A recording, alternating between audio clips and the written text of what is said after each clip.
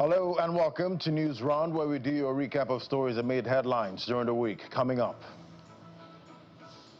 President Bola Tinubu declares state of emergency in Rivers State, suspends Governor Siminalayi Fubara, his deputy Ngozi Odu, and all members of the State House of Assembly for 6 months as retired Vice Admiral Ibok Ibas takes charge of state affairs as administrator.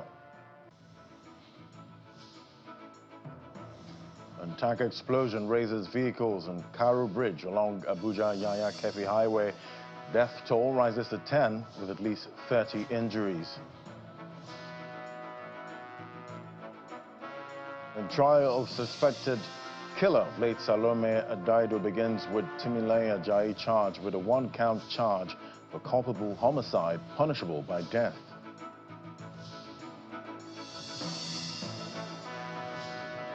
Plus, more than 400 people killed following Israeli airstrikes in Gaza.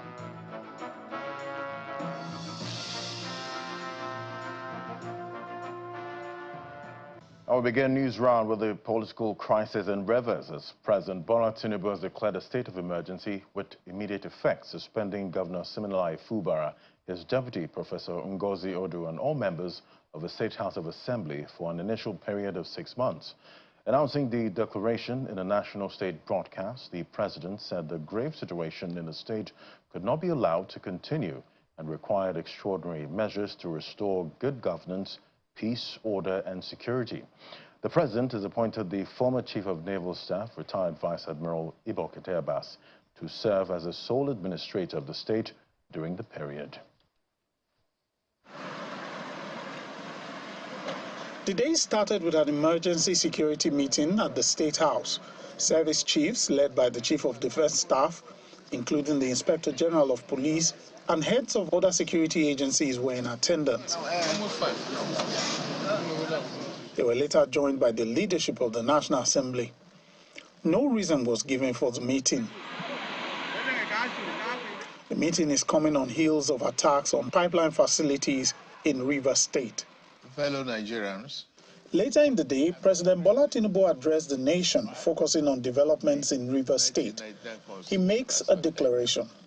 It has become inevitably compelling for me to invoke the provision of the Section 305 of the Constitution of the Federal Republic of Nigeria, 1999, as amended, to declare a state of emergency in Rivers State with effect from today, 18th March, year 2025, and I so do. By this declaration, the governor of Rivers State, Mr. Siminalayi Fubara, his deputy, Mrs. Ngozi Odu, and all elected members of the House of Assembly state are hereby suspended for an initial period of 6 months. Before the pronouncement, the president had convened meetings with stakeholders in the state, and the Supreme Court had made a pronouncement on the situation in the state. The president alluded to these events in his speech. Like many of you, I have watched with concern the development, with hope that the parties involved will allow good sense to prevail at the soonest. But all that hope borne out without any solution to the crisis. I have made personal interventions between the contending parties for a peaceful resolution of this crisis, but my efforts have been largely ignored by the parties to the crisis. Apart from that, both the House and the governor have not been able to work together. Both of them do not realize that they are in office to work together for the peace and good governance of the state. The latest security report made available to me show that between yesterday and today, there have been disturbing incidents of vandalization of pipelines by some militants without governor taking any action to curtail them. I have, of course, given stand order to the security agencies to ensure safety of lives of good people of Rivers State and the oil pipelines. With all this and many more, no good and responsible president will stand by and allow the grave situation to continue without taking remedial steps prescribed by the Constitution to address the situation in the state, which no doubt requires extraordinary measures to restore good governance, peace, order, and security. The President also appointed an administrator to pilot the affairs of the state. I hereby nominate Vice Admiral Advocate Ibas, retired, as administrator to take charge of the affairs of the state and the interests of the good people of Rivers State. For the avoidance of doubt, this declaration does not affect the judicial arm of Rivers State, which shall continue to function in accordance with their constitutional mandate. The administrator will not make any new laws. He will, however, be free to formulate regulations and may be found necessary to do his job, but such regulations will need to be considered and approved by the Federal Executive Council and promoted by the President for the state. The President made clear that the judicial arm of Rivers State will continue to function in accordance with their constitutional mandate. He also stated his expectation that this intervention will restore peace and order in Rivers State. From the presidential villa, Lanre Lasese, Channels Television News. And staying in Rivers, but onto the arrival of the administrator of the state, Ibokete Ibas, who has now launched a series of high-level consultations with key stakeholders to address the state's ongoing political tension. The administrator held separate meetings with traditional rulers and heads of local government administration, asking them to remain non-partisan.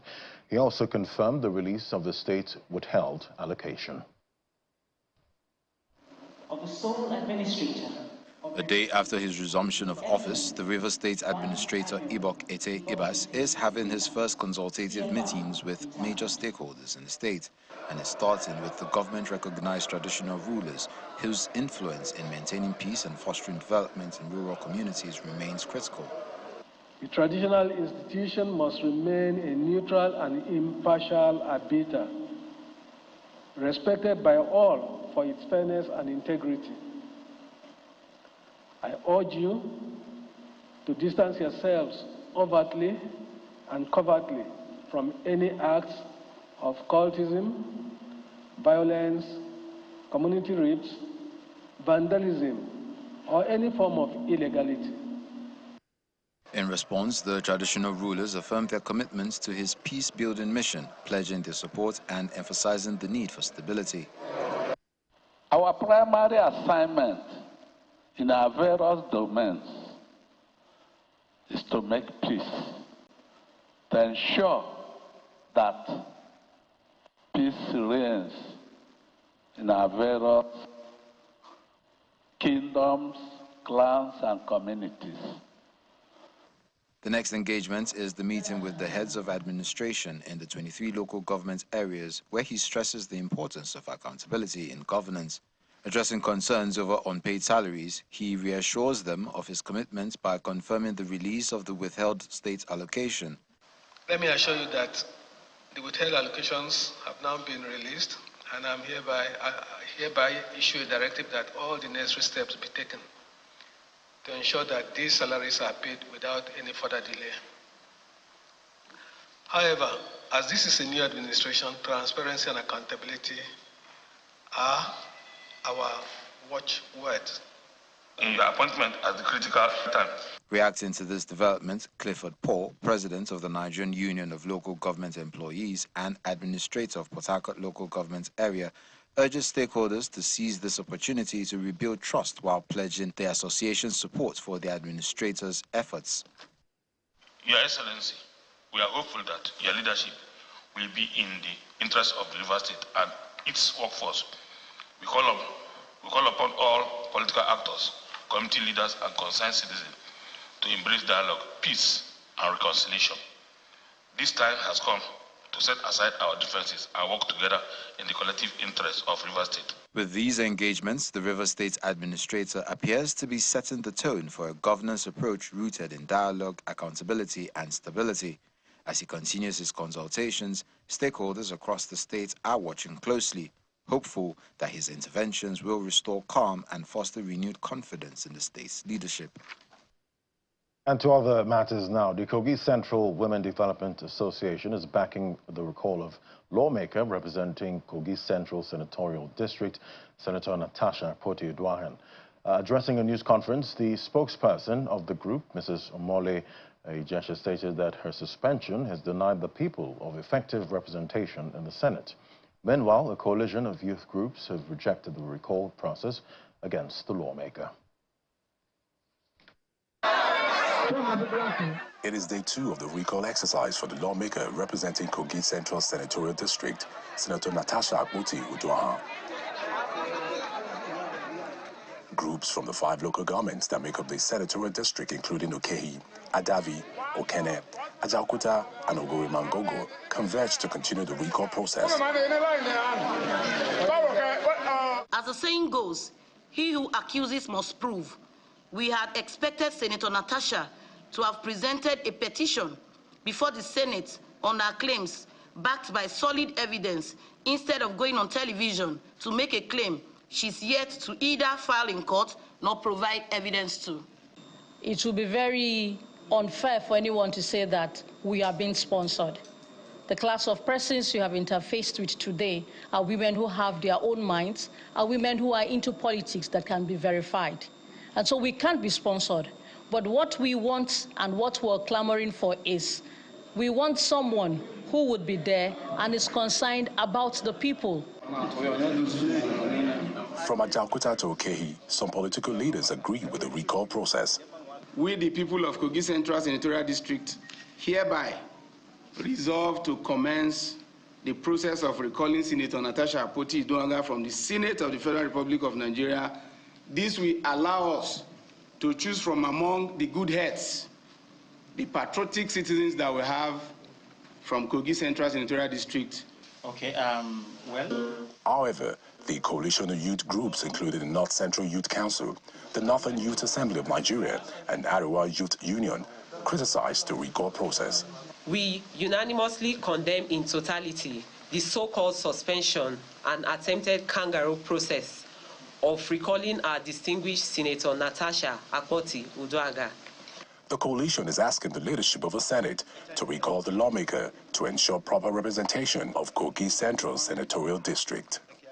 With us, well, to other top stories from the week, the leader of the indigenous people of Biafra, Mr. Nnamdi Kanu, has pleaded not guilty to the alleged terrorism charges brought against him by the federal government.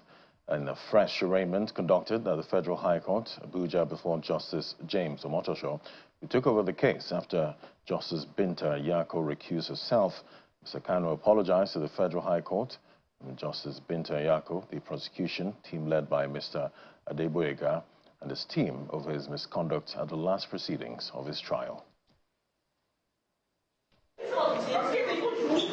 The leader of the indigenous people of Biafra, Nnamdi Kanu, is back at the Federal High Court, Abuja, for a fresh arraignment on the 7-count charges of alleged terrorism leveled against him by the federal government. This time before Justice James Omotosho, following the recusal of Justice Binta Nyako on Kanu's demand.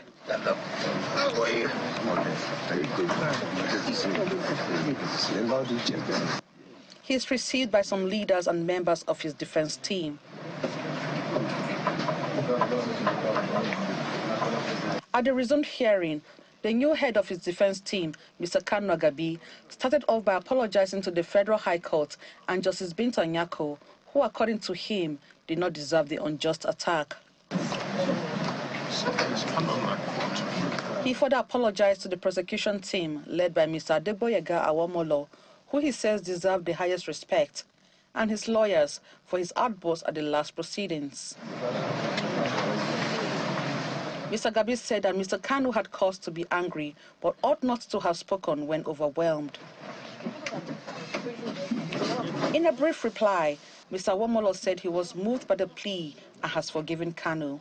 He adds that he was not a persecutor, but a prosecutor, and would work to ensure quick resolution of the case. Shortly after, Mr. Kanu pleaded not guilty to the 7-count charge when it was read to him. After the plea, the prosecution counsel expressed his readiness to commence trial. He requested an adjournment to enable him assemble his witnesses, as well as a request for accelerated hearing, which was granted by the court. The defense counsel did not object to the request. This is a place for justice. We are not here to act drama. We're here to seek justice, and that is why he has done the right thing. Of course, he knows that it is the right thing, and everybody's happy with it. One of his lawyers gave reasons for the change of counsel. That Kalagabi, being a member of the benchers and a senior advocate of Nigeria and former Attorney General, felt that there is every need for Nnamdi Kanu to apologize to the judge, apologize to Awomolo. Awomolo is his senior by age and everything, and also apologize to we, the defense team, since the thing happened in public. I didn't mean that he assaulted us, insulted us in a hidden place. Since that is, Nnamdi Kanu is expected to apologize. So that is a ground for him to come in. The case comes a day after the National Judicial Council dismissed media reports that its chairman and the CJN, Justice Kudirat Kekere-Ekun, gave a nod for the extradition of Nnamdi Kanu back to Kenya. The case has been adjourned to April 29th for continuation of hearing. From the Federal High Court, Abuja, Emanuela Ekele, Channels Television News. And in the FCT, the death toll in the tank explosion on the Abuja-Kefi highway has risen to 10, with at least 30 injured. This according to the Emergency Management Department of the Federal Capital Territory. The head of Forecasting Response and Mitigation at the department, Mr. Mark Inyam, confirmed the figures in a statement from the department.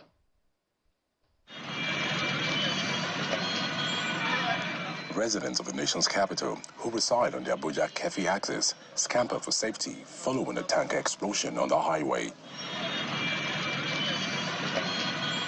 The incident occurred when most workers were making their way home. What started with a brake failure from the tanker leads to the multiple explosions, damaging at least 14 vehicles and obstructing the flow of vehicles on the ever-busy road.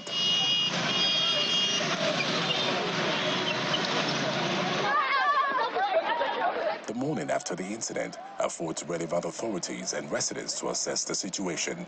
From observation, we could see a trailer. We also discovered that there were other small cars under the trailers that have just been removed by the security agencies. Clearly, there was a brake failure, and I understand that various vehicles were involved. First responders came to the scene. We wish they do so earlier and faster sometime. But we also noted, even in the videos, that a lot of people did not observe basic safety precautions when you have an accident. This eyewitness was there from the very beginning of the incident and gives an account of what led to the explosion. I overheard people shouting, the vehicle felt brake. So when I look into my mirror to ascertain what is really happening, I saw the Dangote truck direct behind me. That was the only thing I discovered. The next thing was the Dangote truck crushed me. We were 7 in my vehicle. The Dangote vehicle crushed us down to this place, as you can see. So I tried the best I could. I know it's God that saved me. I was able to come out of my vehicle, and other people were trapped in the vehicle. Emergency responders are still clearing the debris on the highway, while those who injured were taken to the hospitals in different parts of the nation's capital. It's Dangote truck, and it involves 16 vehicles, and 6 people were recorded dead yesterday. Several people sustained injuries. More people have been ascertained dead by the medical personnel. They have been declared dead. So the number of lives lost are about 8 presently. Attempts to assess the situation of those who were injured were denied by hospital authorities.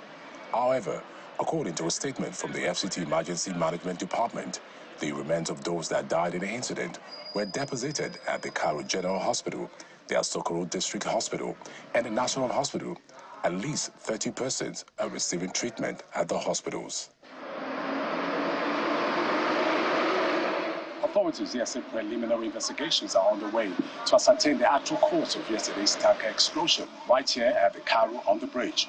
While the number of casualties and cars involved in the explosion is unknown, they say they will make their findings known as soon as possible. We'll await the authorities for their findings. Benny R. reporting for Channels Television News. And the trial of Timileyin Ajayi, the suspected killer of late Salome Adidu, the National Youth Service Corps member, has begun at the High Court of Justice, Nasarawa State. Timileyin Ajayi is charged with a one-count charge for culpable homicide punishable by death, contrary to Section 221 of the Penal Code of Northern Nigeria. The case, which has been taken over by the Nasarawa State government through the Ministry of Justice, is before Justice Simon Aboki. Oluwatimileyin Daniels Ajayi, the suspected killer of 24-year-old corps member late Salome Adidu, is brought to the High Court of Justice, Lafia, from the Lafia Custodial Center as his trial commences. He is facing trial for killing and dismembering late Salome Adidu in January 2025. He is charged with one-count charge for culpable homicide punishable by death, contrary to Section 221 of the Penal Code of Northern Nigeria. The Nasarawa State government has taken over the prosecution from the Nigeria Police. The prosecution is led by the State Commissioner of Justice and Attorney General.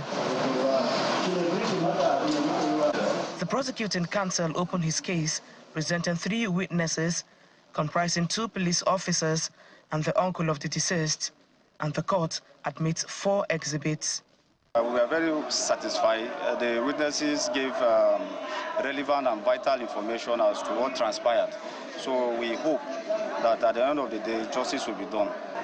At this stage, it's too early to determine on which side the pendulum swings. We have just started today, and we thank God for the success recorded today. The prosecution was able to call 3 witnesses, and we played our own part by cross-examining the witnesses, and tomorrow we are continuing.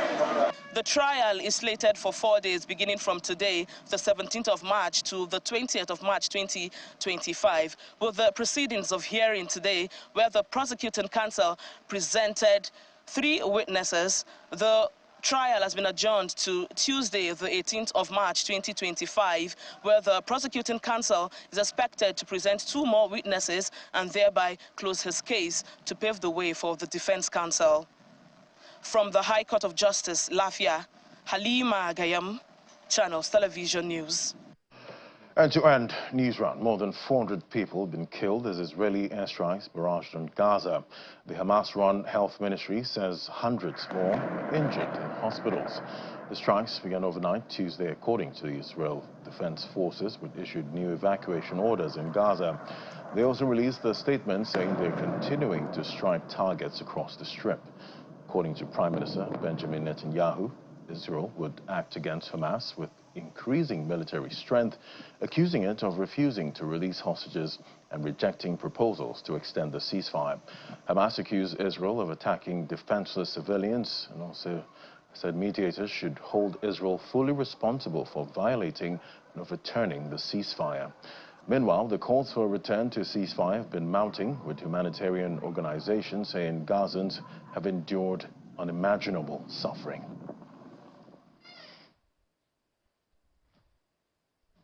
And those were the top stories for the week. Thank you for watching. I'm Nnamdi Williams. Bye for now.